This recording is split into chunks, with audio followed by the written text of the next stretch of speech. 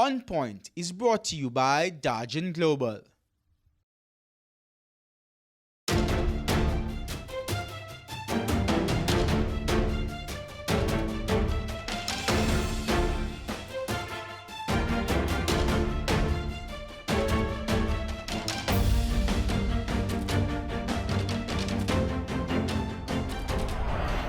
Welcome to On Point for another week. I'm Patria K. And I'm Dennis Chung. And we've got a lot to talk about. Let's start out with last week, Friday's concert in Emancipation Park. Kanye West popped up on Jamaica. In days, I understand, they were able to turn around a massive concert in Emancipation Park. 120 singers came down with Kanye, a whole crew of technical folks, and we made it happen. You know, one thing about Jamaica, is that these entertainment things, we're always good at, and we're a country at putting events together well, Personally, I'm not a Kanye fan, I just think the man is, is not somebody who I would look up to as a gold standard. I can see where people would be attracted to it though because of, his international reputation and that sort of thing. But I don't know how it went. How did it go? Well, I didn't go to the event. I was dreading a couple of things. I was dreading a traffic nightmare in New Kingston. I anticipated it. Peace then proved me wrong.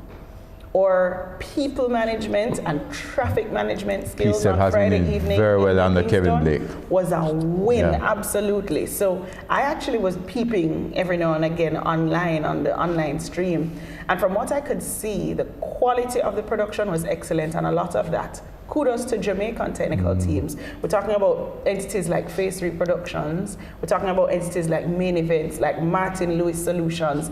All of these guys were able, the Ministry of Culture, you can't leave them out of the mix. They really were able to turn around this big event. Well, remember, they do the gala every year, and it's always well organized. But the thing is, you're talking about a free concert. And event managers generally, when you talk about free, you can't anticipate what the numbers are going to be like, and it takes a special kind of planning to do that. You're talking about a free concert that was turned around in about 3 or 4 days, and the kind of work that we were able to pull off, miking 120 singers and making sure they all sound good, both at the venue and on the online stream, that's no easy feat. However, it's a Kanye. If you had a Beyonce, then you'd have a nightmare. On Friday night, I was sleeping because, I do my annual Kingston to Negril ride, which was on last Saturday. So on Friday night at that time, I was in La La Land. We also have to make mention as well, just before we go, on Independence, I just said Independence, Heroes and the national celebrations. We had some people who were honored. It was really great to see some of our heroes, living heroes, get that badge of honor and cross the stage. I see people comment that some people don't deserve it, but let me tell you something. And I'm someone who, I curse the politicians and all these people every so often. I write about it for years. But the truth is that I have a lot of respect for those people who sit in Parliament. To give up your personal time and do all of that is a huge sacrifice. So I think, a lot of them, when they stick to it, they do deserve it. I say kudos to the arts people as well, 10 of them who walked away with medals, well-deserved medals. Well, in the show today, folks, for the first time in 7 years, both business and consumer confidence have fallen. That's coming out of the last published survey. We're going to be talking about that with the man who did the survey. He's been doing it for almost 20 years. Don Anderson and also Larry Watson will be here. But first, let's take a look back at some of the top business stories of the week. At number 5, politicians in Brazil have voted to raise the retirement age by 9 years in a bid to boost a sluggish economy. Lawmakers from across the aisle agreed to finally overhaul the pension system after years of trying to do so. The decision is expected to save the state almost $200 billion over 10 years. At number 4, Facebook CEO Mark Zuckerberg tried to reassure skeptic US lawmakers on Wednesday over the safety of the social network's proposed digital currency Libra. At a fractious hearing in Washington, members of Congress attacked plans for the payment system, warning it could be abused by criminals and terrorists.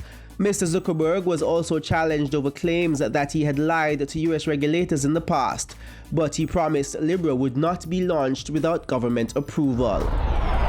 At number 3, European Union leaders are set to decide on Friday whether to grant the UK a 3-month Brexit extension. Most EU nations are expected to back the extension, but reports suggest that France isn't too keen on it. There could therefore be an emergency summit in Brussels on Monday to allow leaders to reach agreement face-to-face. Meanwhile, UK Prime Minister Boris Johnson is insisting that the UK will leave the EU next week with or without a deal, and he will seek a snap election if the EU grants an extension to January. At number 2, the World Bank has given Jamaica a grant totaling $14.85 million. The grant is from the Global Risk Financing Facility, GRIF. The World Bank says the grant is to support Jamaica in expanding its financial protection against natural disaster risks. The grant represents the largest made by GRIF to a middle-income country. The grant puts the Jamaican government closer to inviting investors to take part in a catastrophe bond that could become active before the next hurricane season. And at number 1 this week, Jamaica has moved up 4 places in the World Bank's Doing Business Report rankings. The 2020 report sees Jamaica moving up from 75 to 71 out of 190 countries. Jamaica's overall score was 69.7%. The island's best ranking came in the category of starting a business, where kudos were given for reinstating next-day service for company incorporation, streamlining internal procedures, and enabling the Companies Office of Jamaica to stamp the new company's articles of incorporation at registration. When we come back, what's behind the dip in both business and consumer confidence? We find out on point after the break.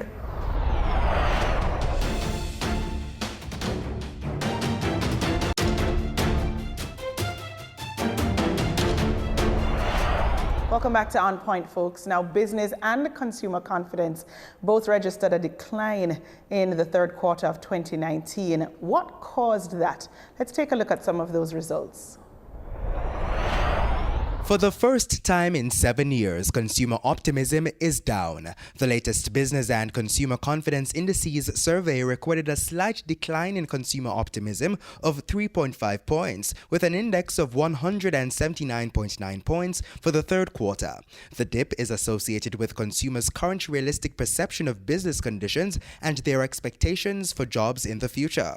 Meanwhile, business optimism also recorded a significant decline of 9.5 points, recording an index of 141.2 points from the second quarter's index of 150.7 points, mirroring the third quarter's index of 2080. While profits are better than expected, businesses are still concerned about the future of economic outlook, their financial position, and ultimately future profits, which have led to a decline in optimism about business conditions.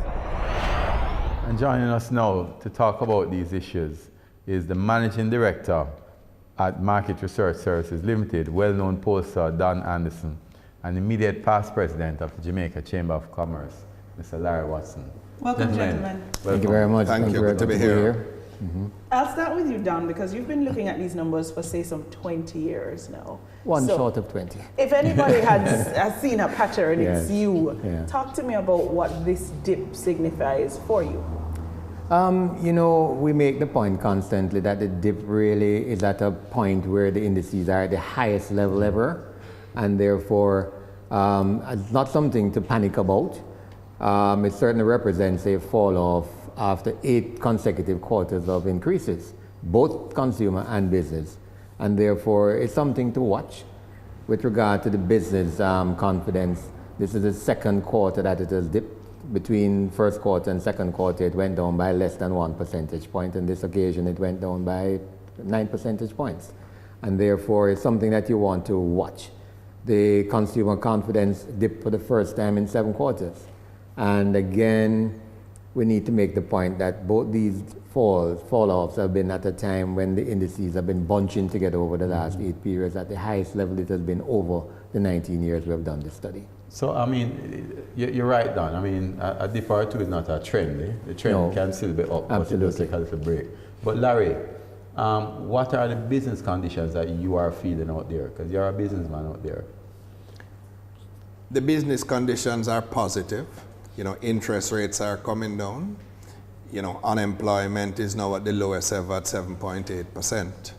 And when you look behind the numbers, one of the things that affects the confidence is one is the exchange rate, and up and down, and one is crime.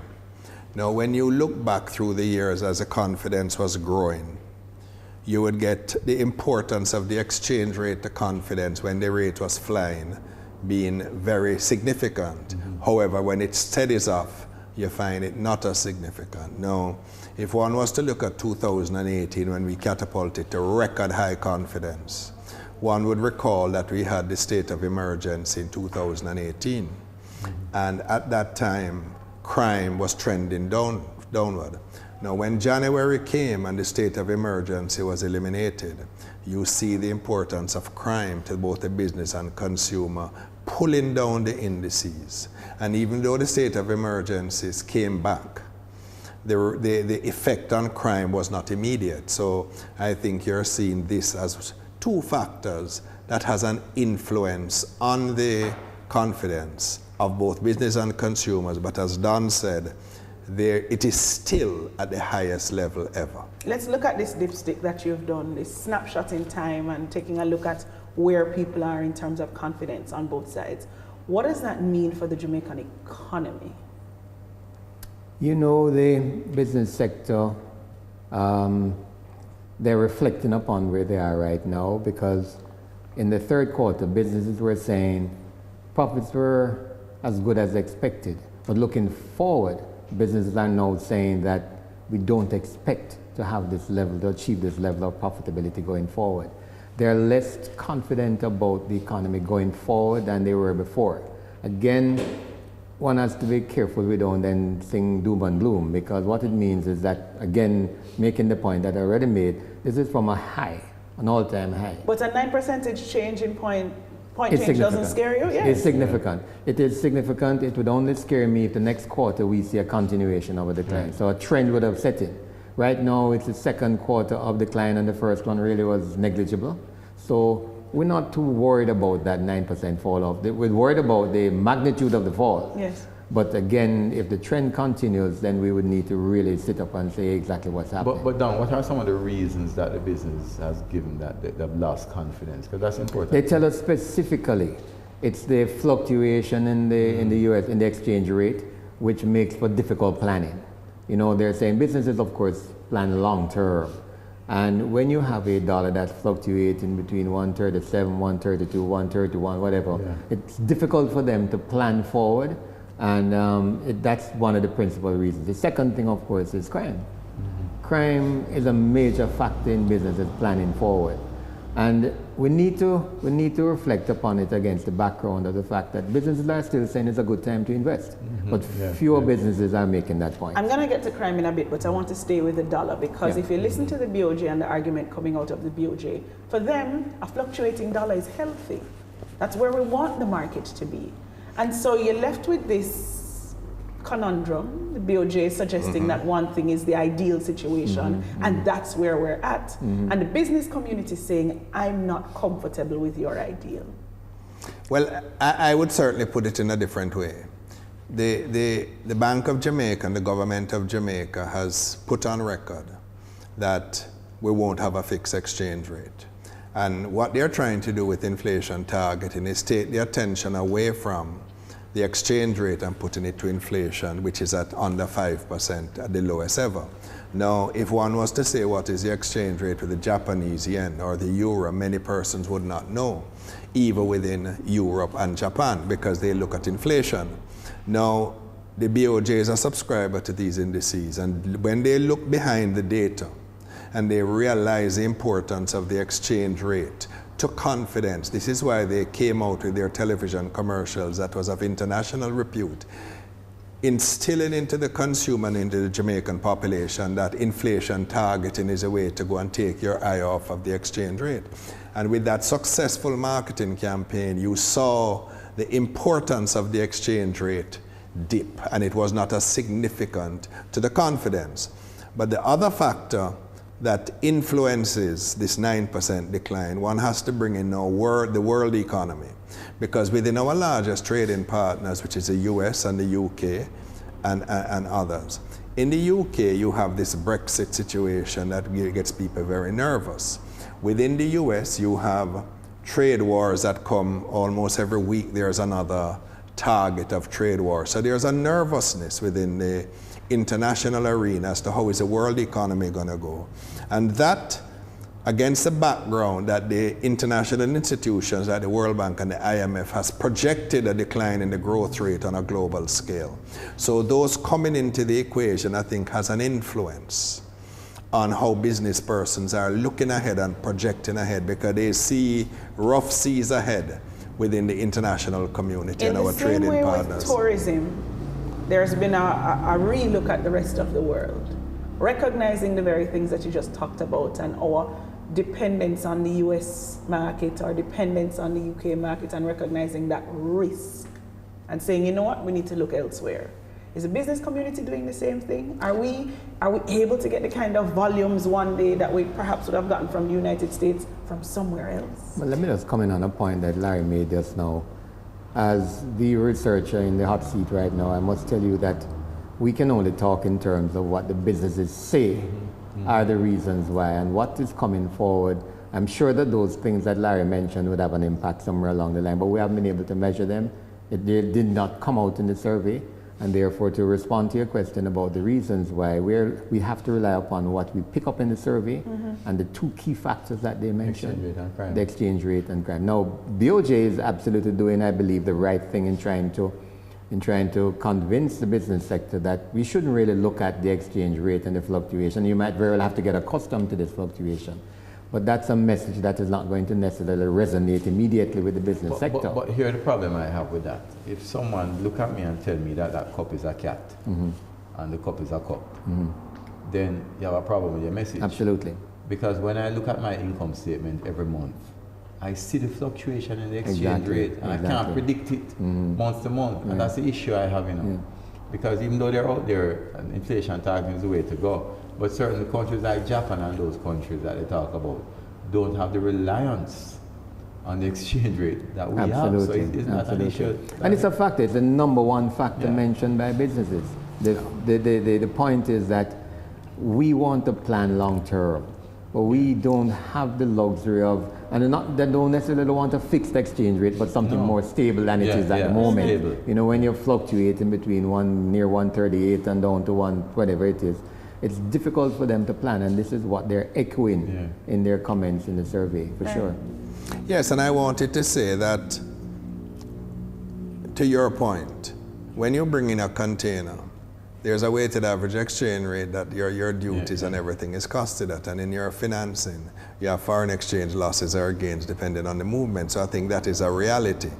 I think what the inflation targeting tries to do, it is not only a buzzword inflation target, it is an attitude of the government and the Bank of Jamaica. Now the question is, should you quote unquote manage the exchange rate, reduce the fluctuations for a number of years till the message is sent and comprehended by the business consumer? And when you study where inflation target has been implemented, it is clear that there is some degree of back office management to ensure not too significant fluctuations in the exchange rate for a number of years, and then the consumer settle down and say, okay. Which we aren't doing now. Which we are not, you know. Exactly. And it therefore has an effect on the confidence of businesses. This campaign that the BOJ embarked upon, I believe is under the circumstances, a good one, okay? But it's going to take a while for that message to resonate and the communication to be complete enough for businesses to say, you know, this is really the way to go. So in the meantime, what's impacting them is that fluctuation in the dollar. We can't get away from it. You know, there's backroom manipulation being, and I use it advisedly, being done. But you know, it's going to take a while for businesses to accept that inflation targeting is the way to go, rather than something that we're focused on all our lives. Some people watching this interview and saying, but the business people passing on every change in the dollar, they're passing on those costs to their customers. And so they're not quite sure why the business community might be complaining, because it isn't them who is feeling the pinch, is the actual end user. But it's not in isolation, you know, because consumer confidence is also down. Yes. And you have to ask reasons why, because they're looking at the economy as well, and they're feeling what you're talking about in terms of, you know, prices being passed on to them. And that's another factor to look at, how consumers are reacting to this whole, what they see as changes in the economy and the fluctuation of the dollar. They react to that too. Yeah. And this lends itself to the question of the inflation basket. Because if it is that inflation is below 5%, the lowest ever, when you have an undulating down, you may be high this month and down next month, and your gains covers with your losses. So there are businesses that may make some extra money this month and lose some next month and balance enough. So you almost get into a predictive game of where you put your prices and where you peg your dollar and for how long. But at the end of the day, you know, the research Don does for the Chamber of Commerce, as he mentioned, he deals with facts and what is there. As a business person in the chamber, we can speculate. Don is not so privileged. Absolutely. You know? Absolutely. I tell you something on that exchange rate, you know. I've heard people who are out there buying dollars speculating and say, you know what, the way it moves, once it got at 132 or so, I'm going to buy it. Yeah. Because I know it's going back up. Yes. And you know, it's a game. Principle of speculation. It's a game one can play. But you asked a question earlier. You know, what fills the void when it comes up? And you know, tourism has been a success story. A lot of time and investment have gone into tourism. The BPO is a strong industry. It has helped significantly with the reduction in unemployment, and that in fact fuels the economy because it puts more people to work. But when you deal, for example, with fast-moving consumer goods and you sell a product, you know, let it be milk or whatever, flour, you know, or oil. You can't just take up and say, okay, I'm going to sell to Japan or I'm going to sell to Thailand or Australia. You have to go out there and build a market, and you have to influence the consumers. Whereas the tourism market is a easier catch, and we have done well at it. It has been a long road, and through successive governments, and we've invested in it as a country heavily. I don't know if we've done the same kind of investment to try and get the industries that produce here to take them to markets in other countries. Well, you know, that becomes another story. It becomes a story of energy cost, and security cost is a big one. I mean, tourism is our comparative advantage. Yes, it is. Exactly. It is. You know, I mean, we do have good IT infrastructure, which has led ourselves into the BPO sector.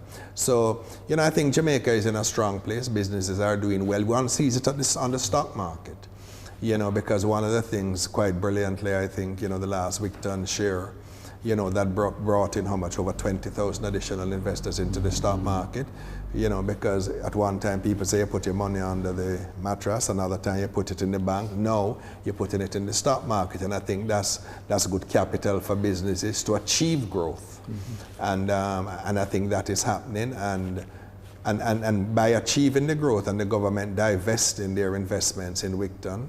You know, they said they're going to do the highway, and they're also going to do the JPS shares. It passes it on, it gives them the capital to put in the infrastructure, you know, to allow the country really and the businesses and the consumers to grow. And gentlemen, hold the thought. We're going to take a break. When we come back, we're going to be talking about the crime side of things and how that affected the dip in confidence. After the break.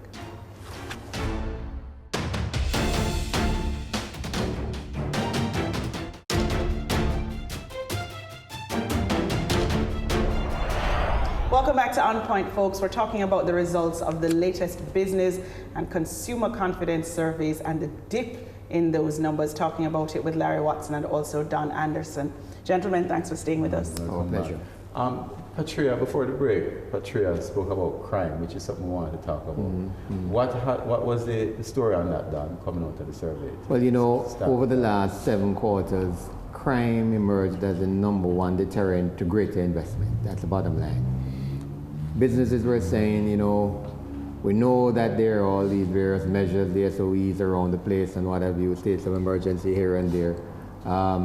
And we've seen a dip in crime, but again, it's like the indices, you know. When you're at a high and you see a dip, you don't want to rejoice. So businesses are still saying that crime is a major deterrent in my whole psyche to invest. There's no question, it's impacting my business, and if we could control that crime situation a lot better, we believe more businesses would be prepared to invest and invest heavily. But it's a major deterrent. I was making the point that you're the numbers man, but anecdotally, you get mixed reactions from some business folks, because certainly on the smaller end, you hear some of the SMEs saying, some of these crime prevention tools, I have to suffer for this to work. My business hours are shortened. My customers aren't coming out because they're either afraid or they don't know what's happening. And so you kind of get this chicken or an egg situation. Yeah. Where do we go in terms of fixing this? How do we get to a place where confidence rises? Are these measures going to create it? Do we need something else? Well, just before you come in, Larry, you have to recognize that in this scenario, which is why you have numbers like 30% and 70% and so on, because there's a group, the smaller group, clearly, who are being severely handicapped by this fact, and maybe the larger, more corporate entities are not to the same extent. So this is what gives you a relativity in terms of the numbers. You know, you're going to have a group of people who are being more seriously impacted by the crime measures than others. And that's the reality in Jamaica right now. That's the bottom line. But with respect to crime, let me give you some firm numbers. When the question was asked in the survey, what was the most critical issue that needs to be dealt with in Jamaica? In this Q4 2017, 68% of the population, of the persons surveyed, businesses and consumers, said crime.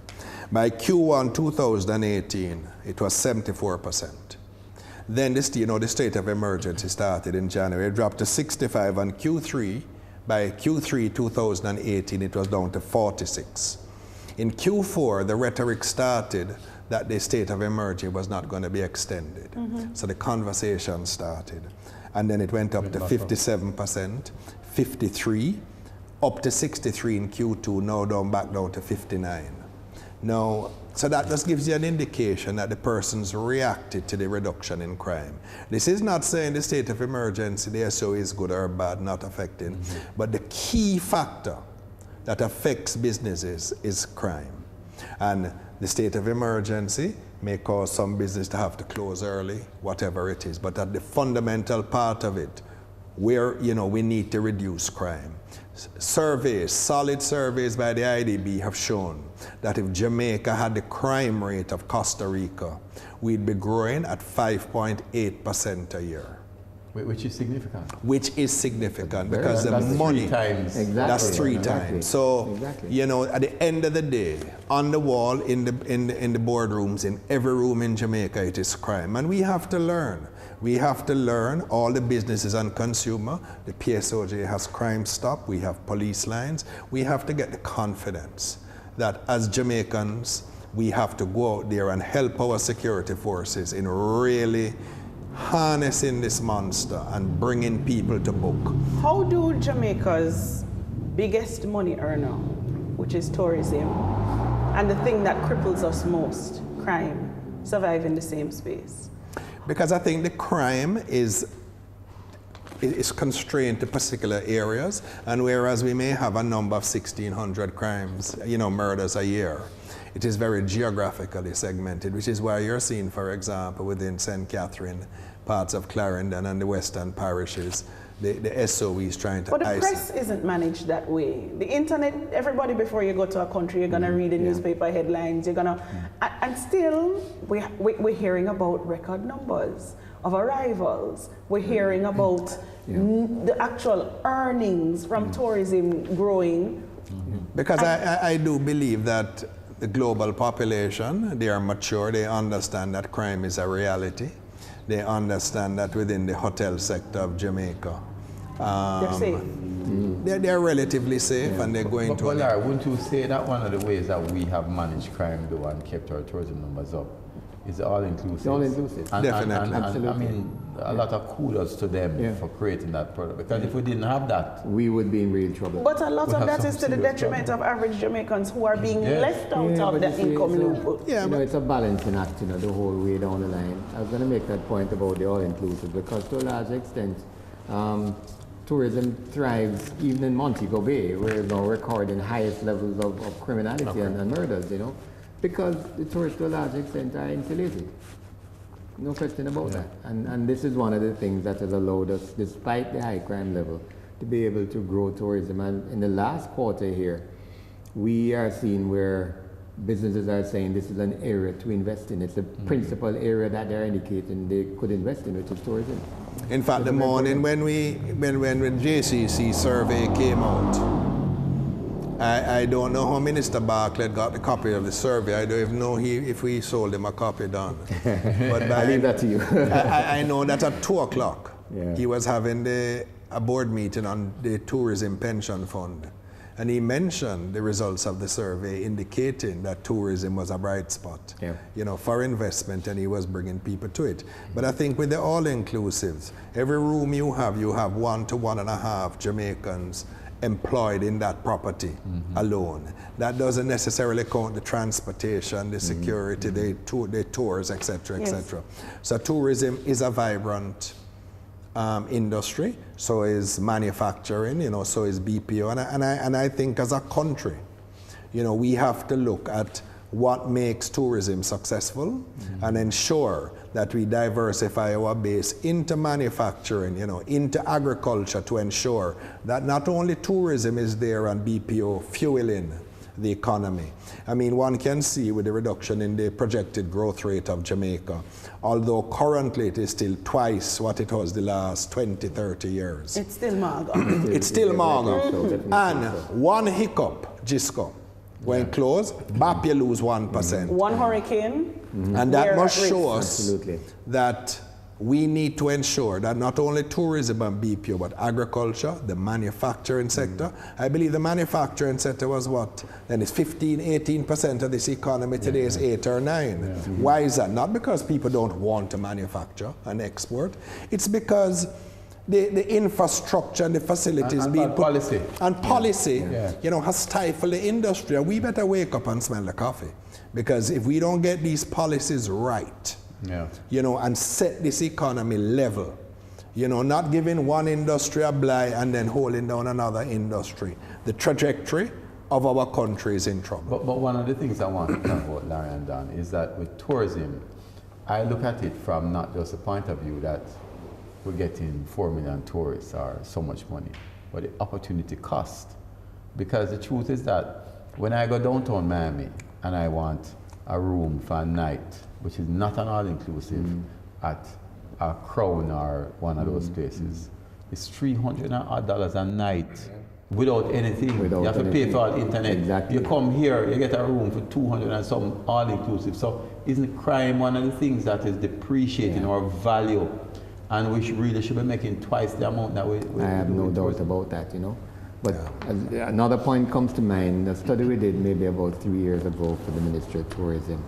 And one of the critically important highlights of that study was the call from locals for a greater degree of community tourism, taking the tourism to the people. Because again, here's where you have a spin-off in terms of benefit to the locals that they believe they can offer that would boost the tourism industry. Of course, counter to that is the all-inclusive, because they're not really coming out to the extent that the community can interface with them. I want to look at a very important factor that people were highlighting in that study. I want to look at the consumer confidence numbers a little bit more, and what that means for business community, for average Jamaicans and the way they live every day. There's been a drop there, albeit not as large as the drop as the business confidence. And I want to tie it to remittances, the fact that we're still very dependent on remittances as a country. And when we come back to that place where we've got the United States, where there are tensions, we've got Brexit and the UK where we get our remittances from, where there are tensions. What does that mean for the consumer confidence perhaps next quarter and the quarter after? Well, we're seeing some very interesting trends developing with the consumer confidence, and I'm glad you mentioned remittances, because this particular quarter, third quarter in 2019, recorded the lowest incidence of remittance inflow in terms of numbers of persons who say they're receiving remittances, down to 33%. It's the lowest it has been across the 10 years that we've Is that good or bad? That, to my way, could be bad. It actually is a reflection of two quarters of decline in the number of persons who say they're receiving remittances, all right? And that to me is a reflection of where the money is coming from, United States, Britain, Canada, all three have challenges of their own. They had an election in Canada yesterday or thereabout. But Don, it also in my mind speaks to, and that's a trend that I think would be interesting for us to look at as a country, the dynamics between who is sending money and who is left here. Over the years, it's changing. You don't have the barrel children as much anymore because we're sending for them. You don't have the kind of connectivity between the people who are there and those who are here. That's going to change over time. One thing is constant is that wherever the remittances are coming from and whoever is sending it, the use to which it is put has remained the same. They're using it to maintain a standard of living which they wouldn't have been able to otherwise. It's meeting daily household expenditure. And that is something that is consistent over every quarter that we look at. 60% close to that use the money for daily survival. Purely on speculation, there has been, over the last couple of years, there has been some challenges within the remittance industry with respect to money laundering and the scamming, the lotto scamming. And as a result, there have been a tightening of persons, when you're going in to collect remittances, which put pressure on the legitimate person collecting remittances and others. And it is only time will tell if this will have a long-term or a short-term effect. Because as Don says, it was 36% in Q1, and in Q3 it was 33% getting remittances. Is that, he's not here to say it, but is that affected by the state of the U.S. economy? Is it because of the activities of ICE in deportation? I think the big concern is, to Don's point, people are not getting this money and buying luxury items and living a jolly good life. They're paying light bill. They're buying goods that are manufactured in Jamaica. So it's going to affect the spend to the Jamaican manufacturer. But is it just, could it be that technology has now overtaken us, so that instead of sending back money, people are paying bills from over there to here and not sending back the money? Or because it's much easier to send things now, people are sending goods. I think this is something that we have to look at in the next study, for example, and it's not too late, even though fieldwork has started for the current quarter. Every time we generate some data and report on it, you can see how you could probably have added a question or two, or, to that data. So I think this is something we want to look at. So we have to look at the cold, hard facts as we see them. People aren't using the money for anything except meeting basic necessities, sending their children to school, buying food for the table, living. That's the bottom line. And, other things too. For example, customs has made it easier to send in a barrel, and so when you get a barrel, that may be in lieu of, and when one uses courier, you have a duty free up to 50 US. So there are areas where you're seeing spikes in or a change, in what people are doing. But or they might send the money in the FedEx package itself. Quite likely too, you see. Well, FedEx sometimes opens it, but most times. Yeah. But I think the reality is that remittances is a very, very important, and it's a foundation part of our economy, like tourism, like BPO, and make no bones about it. We have as much Jamaicans outside of Jamaica than we have in Jamaica. And that's the same thing in Mexico and other countries that, that have heavy migration. Let me take us outside of the strict scientific kind of data that we generate, because quite often what helps us to understand a lot of what we generate is the anecdotal data that we get. And we do get a lot of information from people who are saying, well, boy, ICE and whatever is happening in the United States is impacting, the ability of people to send money across, the fact that people aren't overly ready now to identify themselves. They're lying low. Exactly, So it's difficult to measure the correlation between that, what's happening in the United States, and what's happening in terms of remittances. But anecdotally, people are saying these are things that are impacting the ability of persons overseas to actually send money. I don't know if you measured it, I don't think you did, but I do want to look at employment and where we go in terms of, it's gonna affect the consumer confidence and their ability to spend their own disposable income. We see the jobs being created, you talk about in tourism and the BPOs, and a lot of those folks are folks with a skill or folks who are educated. What we're not seeing is the creation of jobs at that base level of people who we hear 2 out of 3 leaving school without a high school degree. We're still not seeing the job creation for those folks. What does that mean for the Jamaican economy? What does that mean for crime? Well, I really think that whole educational aspect is critical to our long-term development and ensuring that we have a school structure, an educational structure that educates more and more persons with it. And because the world is going that you'll have laborers, but that is becoming a smaller and smaller component, and more labor becomes skilled. But I do believe places like the educational institutions, the population of the educational institutions are really growing. I think it is much easier now that even if people leave high school and they get a job, they can go to university part-time on a Sunday and a Saturday in the evenings and educate themselves. I think within the BPO sector and the hotel sector, there are tremendous training ground. And the institutions themselves offer training in the hotels. I mean, you go to some chain hotels, there are people who won't hire a person in the hotel industry unless you have worked for Brand X, because you know that the training there is first class. And so I think there are a number of areas. I mean, even, where I work at Seprad, we have an internship program where you bring in a number of persons and you give them the work experience. And it's very successful, Well, on that point, I think it has been a very interesting discussion, but as unfortunately, we're out of time. But we must do this again, eh? We must. Absolutely. There's a whole lot of things. Next quarter we'll touch base with you again. So much. Okay. Very happy to be here. Right, so Thanks, gentlemen. I appreciate it. Us. And when we come back, we'll have the numbers and the word on the street.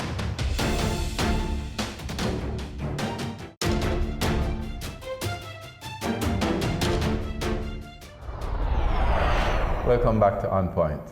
Jamaica's unemployment rate continues to trend at record lows. A few days ago, the Statistical Institute of Jamaica released the numbers. Here's more on that. In July 2019, the unemployment rate was 7.8%. That's 0.6 percentage points lower than July 2018. The unemployment rate for youth in the age group 14 to 24 years declined to 20.2%, a decrease of 2%. The number of persons in the labor force was 1,360,800, with 1,254,100 of them being employed. The male labor force increased to 735,900 in July 2019, and the female labor force increased to 624,900. The occupation group clerks employed 101,300 persons in July 2019. The group professionals, senior officials, and technicians had 271,000 persons employed.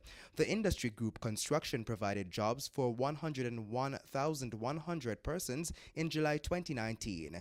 This was followed by public administration and defense, compulsory social security, which employed 68,900 Jamaicans, and real estate, renting and business activities, which employed 93,600 persons. So last week, Friday, US rapper Kanye West staged his pop-up concert in Emancipation Park called Sunday Service. During the concert, merchandise branded Jamaica with the Jamaican logo were being sold on Kanye West's website. Now, Minister Babsy Grange shut it down. She ordered that those merchandise stop being sold. So the On Point team went on the street to ask, should the government of Jamaica allow Kanye West to sell Jamaica-branded merchandise?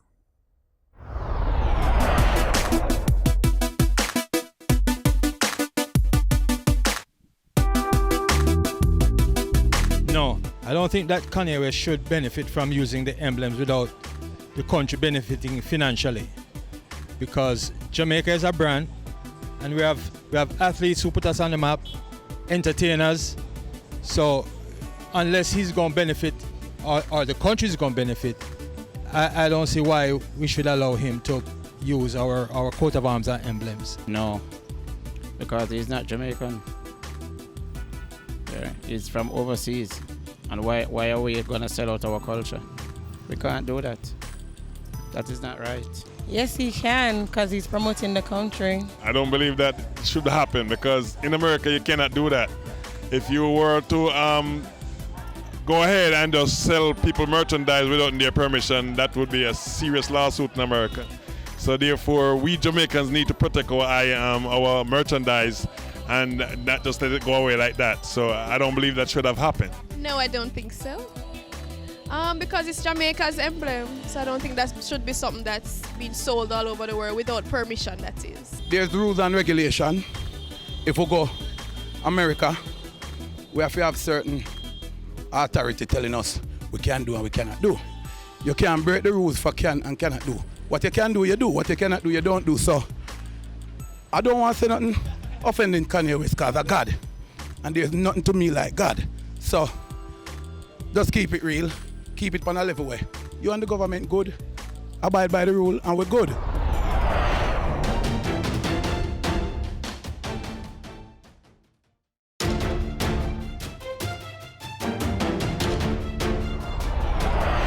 What a show. Yeah. You know, the consumer, the confidence numbers index, you know, I remember when it just started and it has really become a staple in you know, the numbers that we use to help us to guide with the economy. It has been getting a good run, you know, in terms of going up. I expect it will come down, but the truth is that, as you say, a 9% drop is significant. It is significant. And my question is, what do we do with this information? So we know that there's been this 9% drop in business confidence, consumer confidence, not as deep a drop, but a drop nevertheless. What do we do with that? Is that simply an information tool, a dipstick of where we are, and we kind of watch a trend? No. Or is this information that we actively do something with? You use it. Let me tell you what happens. I mean, other countries like the US, when those numbers come out, they're very important. Because if consumers have a fall in confidence, it means that you can expect that consumers are going to buy less. If consumers buy less, businesses are not going to make as much profit. If businesses don't make as much profit, then the investments on the stock market, for example, is not going to do as well, you know, or you're not going to have economic growth. The reason why business index numbers fall before consumer confidence numbers is because businesses are more sophisticated and they have a longer term view on what's happening. So you always find that consumer numbers follow the trend of business numbers. So I always look at it and I say, well, if businesses are looking at things this way, they are seeing a sign that we're not necessarily seeing yet, you know? And if consumers are not feeling good about the economy, then, you know, and then when you combine that with all the things about the talk about a pending a recession that might come up, the Brexit fiasco, the Middle East fiasco now, the US thing, Definitely, you know, something to pay attention to. It's something to look at. One of the other things that came out very strongly in this conversation is the cost of crime to the country. Yeah. That people, not only in real terms, but also just their confidence, the way they feel about business in Jamaica, about living in Jamaica, that crime plays a big part of that. Yeah, and you know, I don't understand why we can't deal with it, because it's not really a murder problem. The problem I think that we have is a law and order issue, you know. So that we just can't seem to get a control of our society. You know, everybody do what they want to do. One of the biggest problems, and I think it comes directly from politicians, and they are the ones at fault, is these informal communities that develop all around the place. You can't police them, you can't collect garbage from them, you know. That's a whole nother discussion that we have to have on another day, because there are some crime issues, and certainly it can't be as easy as, I mean, you and I sitting here and pontificating about what it is, because if that were the case, it would have been solved a long time ago. But then over 40 years now, you can't deal with it. It's on water. On that note, folks, I've got to say thank you to all the folks who make the show happen, the hardworking crew on the other side of the camera. Thanks to you for tuning in week after week to On Point. I'm Patria K. And I'm Dennis Chung. See you next week.